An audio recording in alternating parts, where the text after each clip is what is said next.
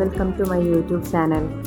അപ്പോൾ ഇന്ന് നമ്മുടെ കയ്യിൽ കിട്ടിയിരിക്കുന്ന കുറച്ച് കളർ ചാർട്ട് പേപ്പറാണ്. അപ്പോൾ ഇത് വെച്ചിട്ടൊരു ഫ്ലവർ വൈസ് നമുക്കുണ്ടാക്കാം. അതിന് നമുക്ക് കുറച്ച് കളർ ചാർട്ട് പേപ്പറുകൾ ഇതുപോലെ ഈ ഷേപ്പിൽ ചുരുട്ടി നീളത്തിലാക്കി എടുക്കാം.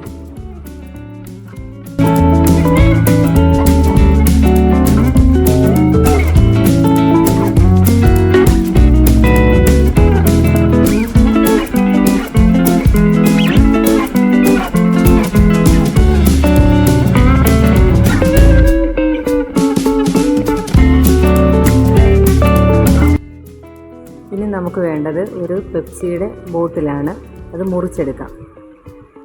ഇനി ഈ പ്ലാസ്റ്റിക് ബോട്ടിലിനകത്ത് ഒരു ചാർട്ട് പേപ്പർ ചുറ്റിയെടുക്കാം.